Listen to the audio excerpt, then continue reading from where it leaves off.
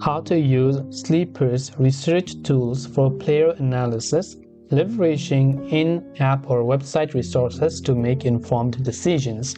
Now, while Sleeper is excellent for league management, its inbuilt research tools are somewhat limited. Here's a breakdown of what they offer and how to leverage them, along with recommendations for external resources.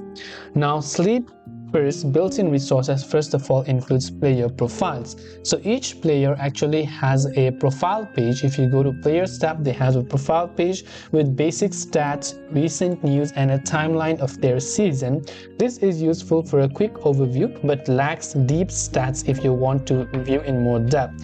There's also the news feed section, so it provides a news feed with updates on player injuries, transactions, and other relevant information. And there's also limitations on matchup previews because Sleepers highlights key matchups but doesn't provide detailed analysis or player projections. Now, if you want to leverage Sleepers tools, then basically there is the quick player overview like already discussed, and you can stay updated, which means you can rely on the news feed to keep up with players' injuries and transactions. You can contextualize matchups, which means to use matchup previews to understand the context of upcoming games, but don't rely on them for detailed player analysis.